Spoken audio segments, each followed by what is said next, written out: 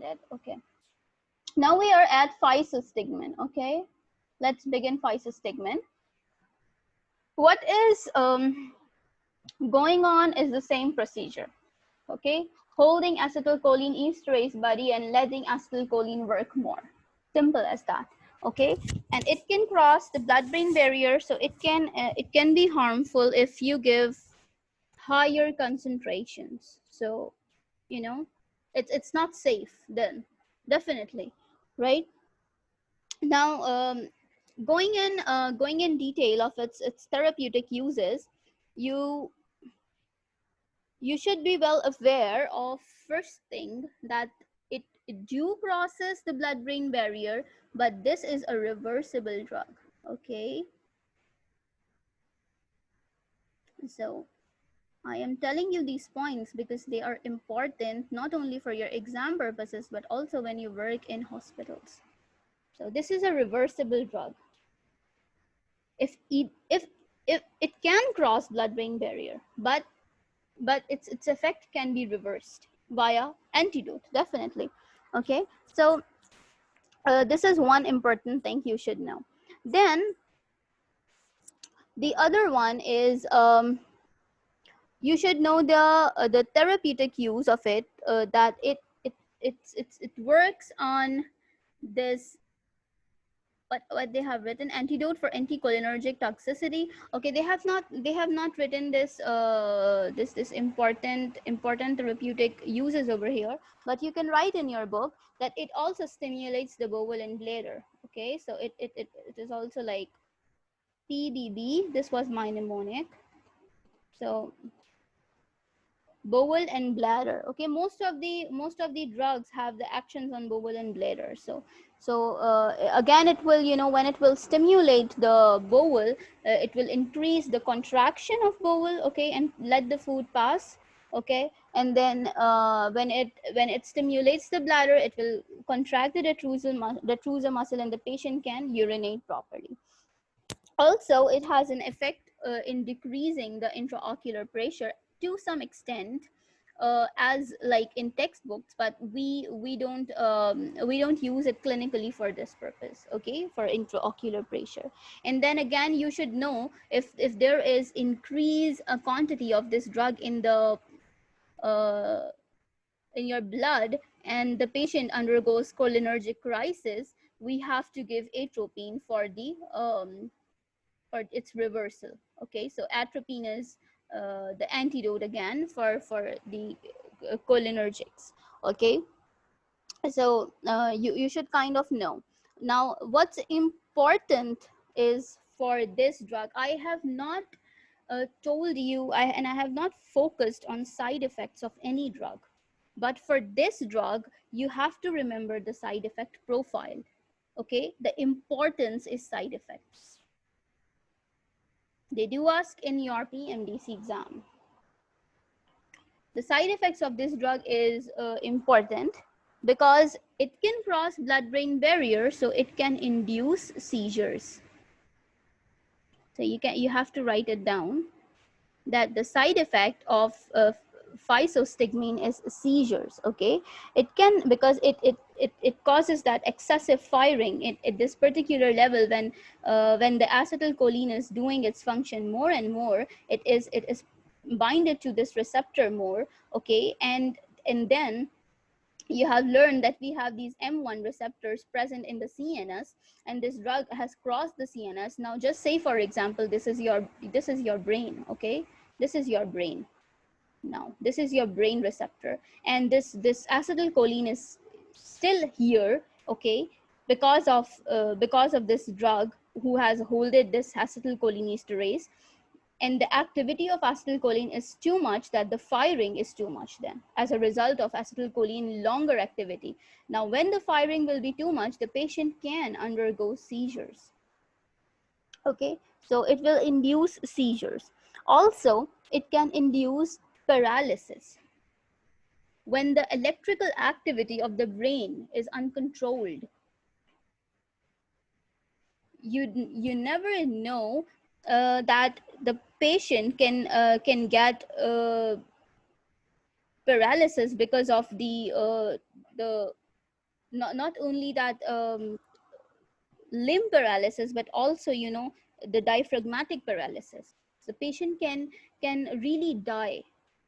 Okay, now there are different mechanisms for paralysis, so like I kind of will not go in like pathological detail, but I will kind of tell you that how it let the patient go into paralysis. You see, there are two mechanisms. The first mechanism of paralysis is quite clear and simple, that when your diaphragm, okay, is stimulated more and your skeletal muscles are stimulated more, there is a threshold point that reaches and arrives, and the patient is having these seizures. Okay, so the motor activity will get compromised at one particular time because there is a limit to these activities. Always remember, whenever a portion is stimulated really too much, okay, is stimulated really too much, then there is a certain point when that activity, then when your body is like uh, got that too much in saturation, it says that okay, now no more, because we always have this defensive mechanism, and our brain, the parasympathetic and the sympathetic nervous system are working like in rush with each other. They are always fighting.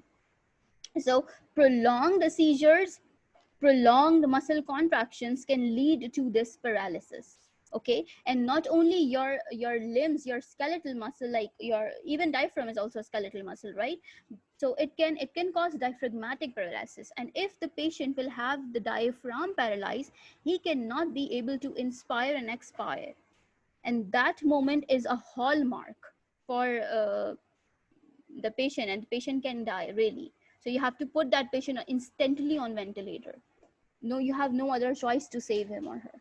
Okay, so one thing is this mechanism of paralysis. The another mechanism of paralysis is you are having this muscle contraction. Okay, and if you remember, you have like kind of studied in anatomy also that you have these veins.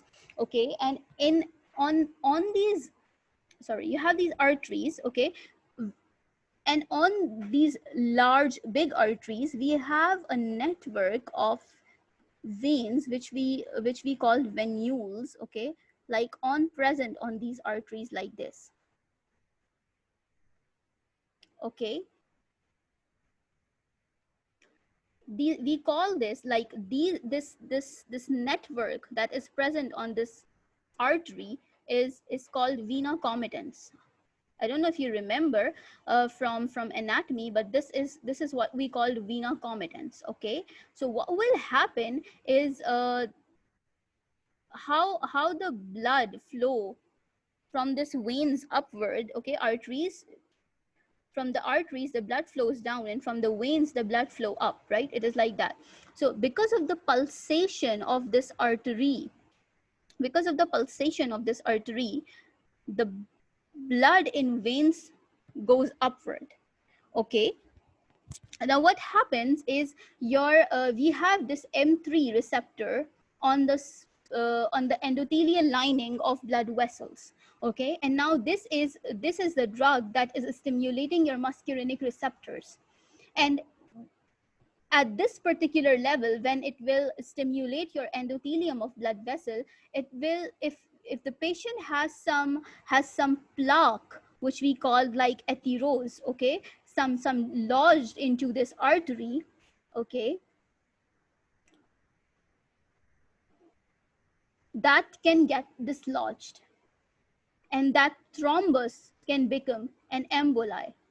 Okay, that emboli will kind of travel to your uh, lungs. Okay, and from your lungs to your left side of the heart, and from your left side of the heart to the body, and then from the body to the brain.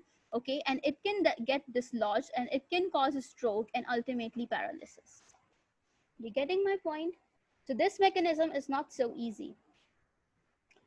they have just written one word, that is paralysis, but there are two mechanisms to have paralysis. One is directly via nerves, and the other one is via this stroke. So that is why physostigmine is a really dangerous drug, and its side effect profile needs to be understood at so many different levels, and they have not mentioned here in this book, because in first aid the side effects are given at the other chart, but I am kind of explaining you because right now you're studying the action and the therapeutic uses, so you should like correlate that with the side effect profile as well. So remember that it can induce seizures and it can induce paralysis also. Okay, and the another I'm clearing this all, okay, and the another side effect of this drug is bradycardia, okay, decreased heart rate. We have studied that on the heart we have M2 receptors. If you remember, I'll take you back up to that page. See, we are having this G inhibitory function over here, causing decreased heart rate and decreased contractility of atria. That means decreased chronotropic effect, negative chronotropic effect, and negative ionotropic effect. So at this particular level, the patient will have bradycardia too. So there are so many things going on if you give physostigmine in a very high dose. So you have to take care of the drug side effect profile before prescribing, and you have to be well assured regarding the age of the patient. If the patient is already a heart patient, if the patient has any history of stroke or myocardial infarction or angina, okay, even angina, okay, you have to be really careful while giving physostigmine to the patient. So this was all about this drug physostigmine, and now we will move to Pyrido Stigma. So there is one thing that was written to antidote for anticholinergic toxicity.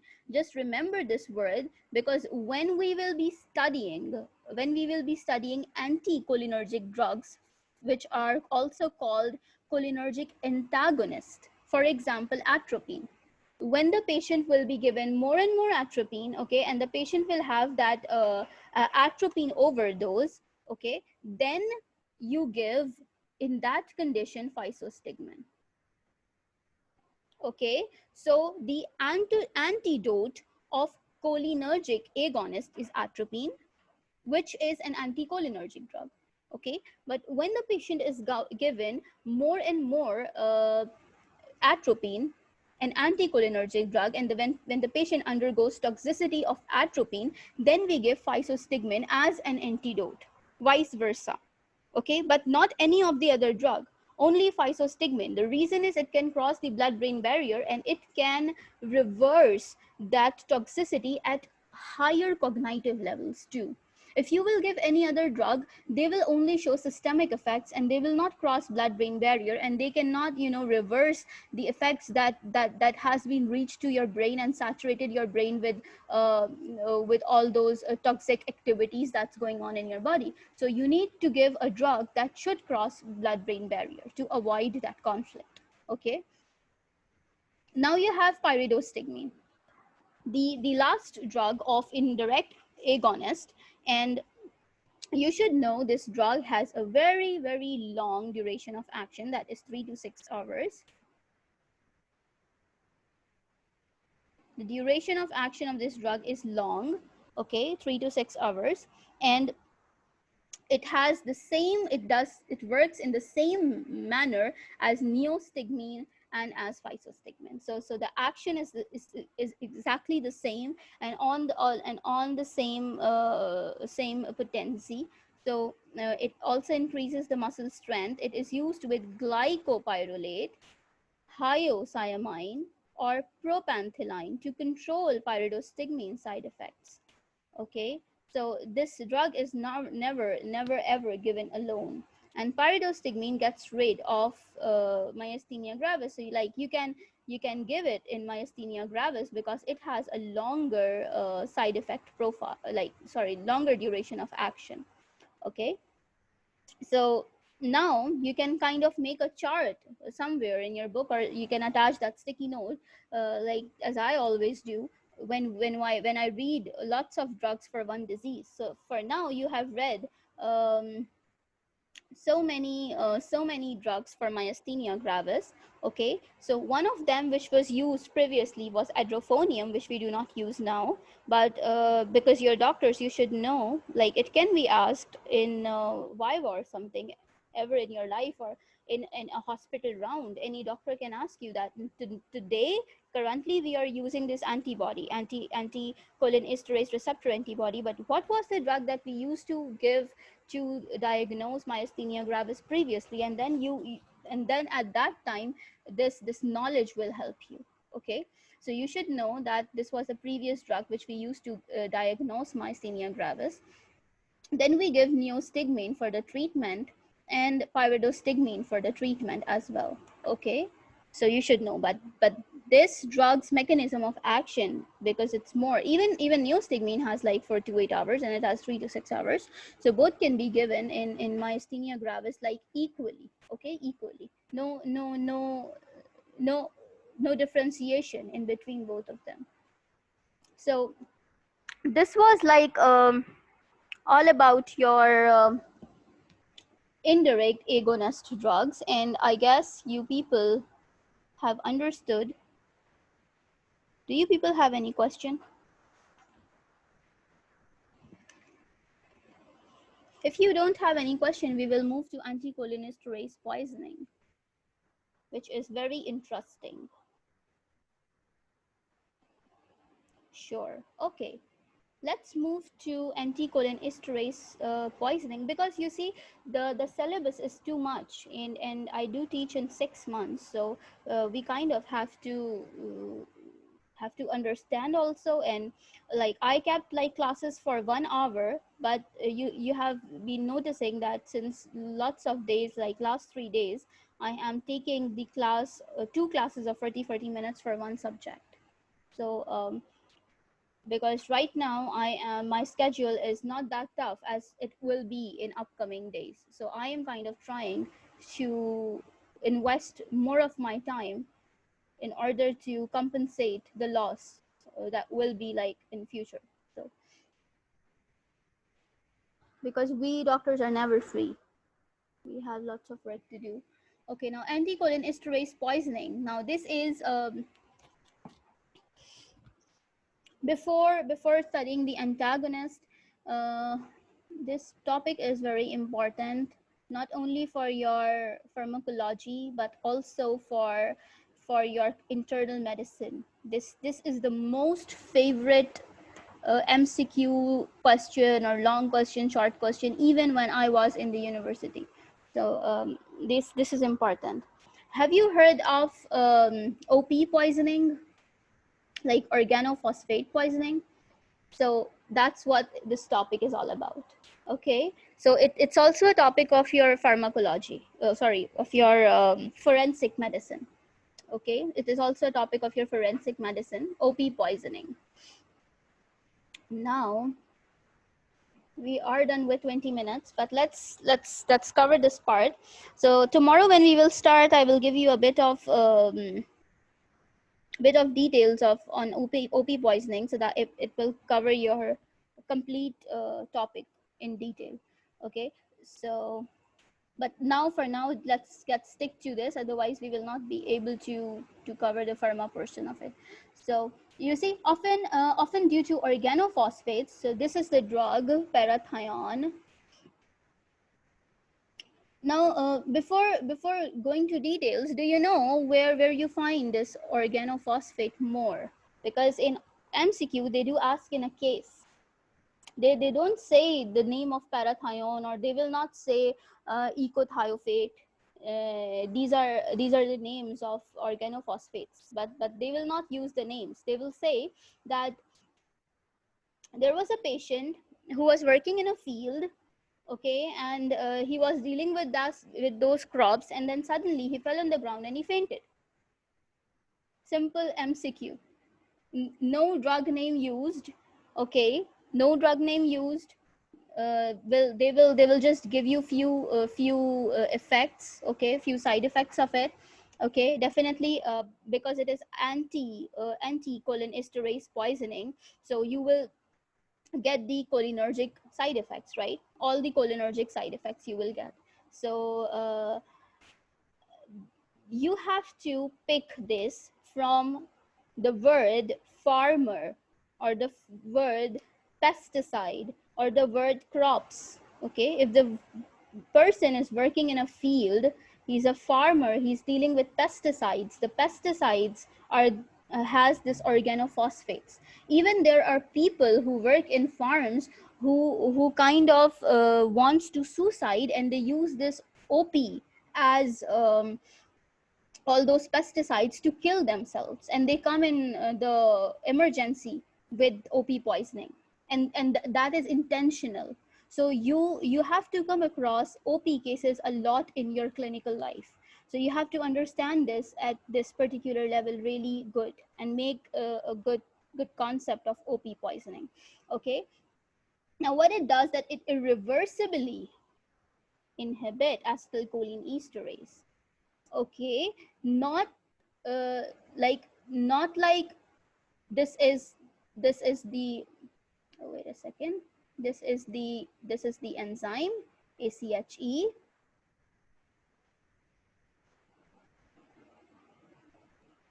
What our indirect agonists were doing, they were getting hold of this drug, sorry, this enzyme, and this enzyme was not working on acetylcholine. But what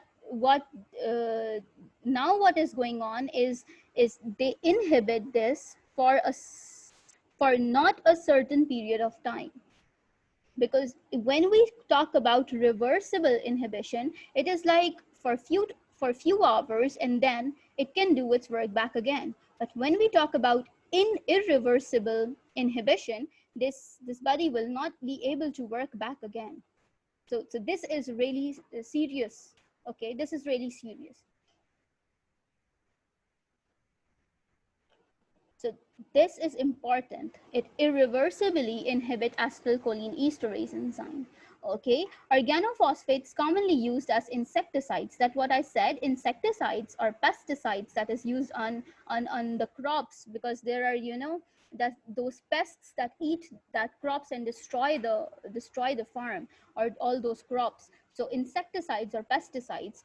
And poisoning usually seen in farmers, okay. It can be seen in farmers, it can be seen in the relatives of farmers who intentionally use these products for suicide, okay. So if in the history taking is really important in case of a poisoning case, okay. Not only op but any poisoning case, history is important. So muscarinic effects and nicotinic effects, because ACH do works on M receptors, N N receptors, and NM receptors, okay. Muscarinic, nicotinic, and neuromuscular junction. It works on all these three receptors. You will see muscarinic effects and nicotinic effects both, okay. So when I'll be talking about the muscarinic effects, just remember M3 in your mind. Just remember M2 and M3. Even if you, for M2, like there's only one thing to remember: heart, okay, and bradycardia. But if you will remember M3, so for the students who are like kind of not getting it here, let's go back up and see. These are the actions of M3. What are you seeing? Increased lacrimation, like more tears, increased sweating, increased salivation, increased production of gastric acid. That means more and more digestion of food. Increased gut paralysis, peristalsis. That means your gut, your intestines are contracting and your food is moving forward. Okay, again, digestion. Increased bladder contraction, that is your detrusor muscle is contracting more and you can urinate. Bronchoconstriction. Okay, now this is harmful, very harmful, because the patient can go in the respiratory crisis, okay. So the patient will having difficulty in breathing because of bronchoconstriction.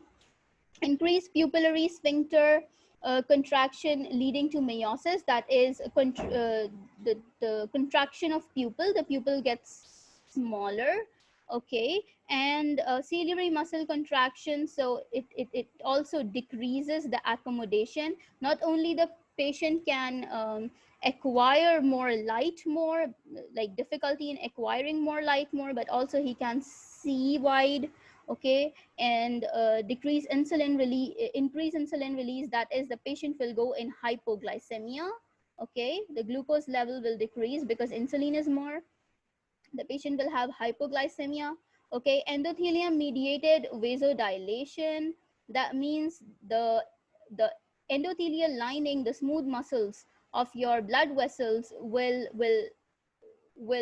be dilated because they will produce this substance which is called nitric oxide, okay, and that will help these blood vessels to dilate, okay, and that will increase your sweating, also flushing, that is redness of your cheeks, okay, so flushing. So all these are the actions of M3, right, and these are all the side effects of OP poisoning as well.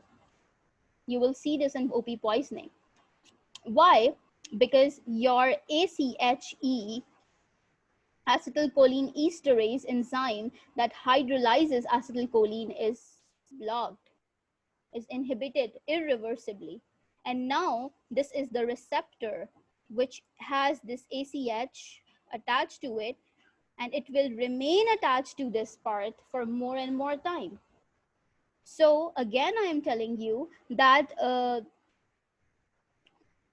these OPs do not deal with the receptors, they deal with ACHE. So you have to remember this point as well, okay. So let's get back to here.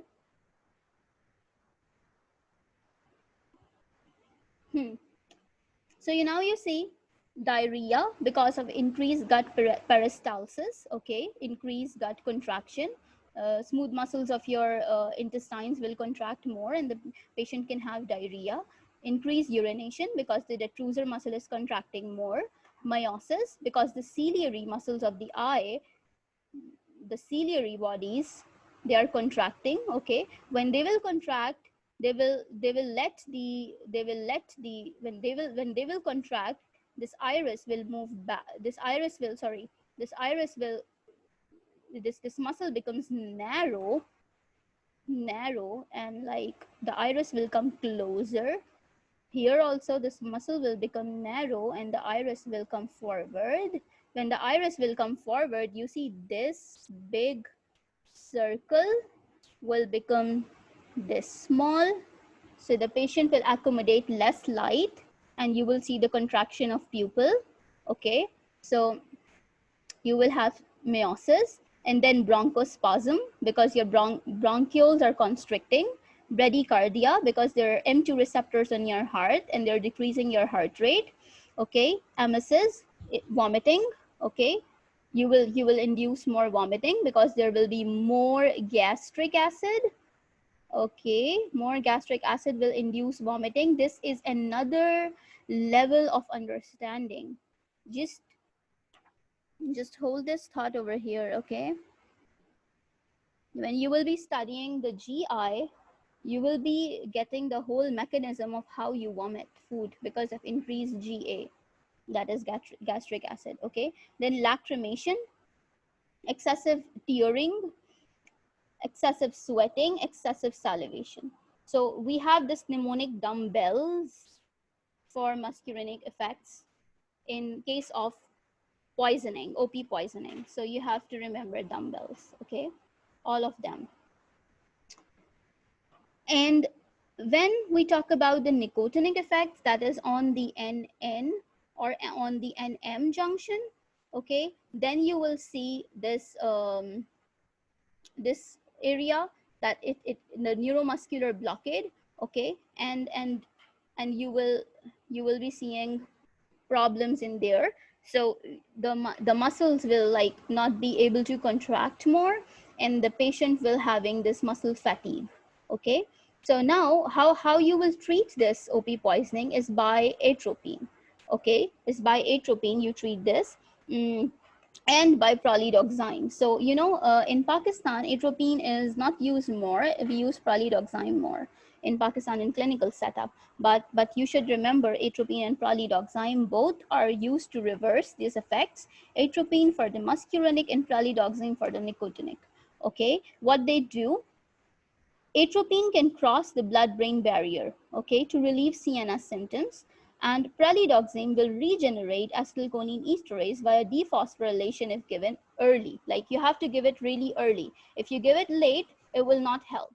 So let's come back to this picture. What it's doing is pralidoxime, this ACHE was blocked. Okay, this was inhibited. So pralidoxime comes and reverse this process. Now this ACHE is activated, and once it is activated, it will hydrolyze this acetylcholine into choline and acetate, and the effect will be loss. So this is dephosphorylating the ACHE, okay, and then by dephosphorylation of ACHE, it becomes activated. Okay, it becomes activated. And this will cross the blood-brain barrier and will reverse the symptoms. So this atropine will be for the symptomatic effects, and pralidoxime will be for the mechanism of action reversal of OP. Okay, you're getting? Now, and this does not cross blood-brain barrier, so you should know it is a quaternary amine. I just told you, whenever you read quaternary amine, just keep in your mind it will not cross blood-brain barrier, but if it is a tertiary amine, it will cross the blood-brain barrier. Okay, so sometimes they give hint in MCQs via giving the structure of drug, and they just don't directly give you the symptoms and the action. So you can like kind of get that point from there. Okay, and then when I talk about the CNS effects, you see the patient can go in respiratory depression. Why? Because I told you that mechanism, your diaphragm is a skeletal muscle. Okay, and when the activity of this skeletal muscle will be diminished, okay, there will be less firing. This muscle will goes in paralysis. Okay, so at that particular level, the patient will not be able to inspire and expire, and the patient will go in respiratory depression. Okay, then the patient will have lethargy because the muscle will go fatigue. Okay, and there will be less blood supply to your muscles, and the muscles will be going in fatigue. So you know, blood carries oxygen, so that will cause lethargy, dizziness, and all. Seizures, again the same mechanism that I explained you when I taught you physostigmine. Okay, so how the patient will get seizures because of the excessive firing, because this is irreversible inhibition. So the OP will stay. The parathion or the ecothiophate, you can write another name of drug here, ecothiophate. These are OPs, so they will remain bind to the receptor for a longer period of time and will induce more and more electrical activity in the brain, causing seizures. And the ultimate result is coma because of respiratory depression, because of seizures. The patient will go in coma. So here we will finish our today's pharmacology class on acetylcholinesterase poisoning, and the part which is left is the next lecture tomorrow. We will have no class on Saturday and Sunday, so you will have class on Friday. Okay, and right now, okay, so the next lecture we will be having will be muscarinic antagonists. Okay, and all these drugs are doing opposite functions. So for these drugs, you have to remember very little things for the purpose of your exams. Okay, there are some which are frequently asked, like scopolamine, like solifenacin, like ipratropium and tiotropium, like atropine. So these are the drugs which are asked frequently, and I will tell you the importance of it as asked in exam purposes and for your clinical setup also. So here I'm finishing this class for pharmacology, and next class will be of, I guess, biochemistry today. Okay, and we will be studying vitamin B5 and vitamin B6. So it is 5:53 p.m. Let's take it 6. And I will begin the class at 6:15 p.m. Okay. Thank you, everybody.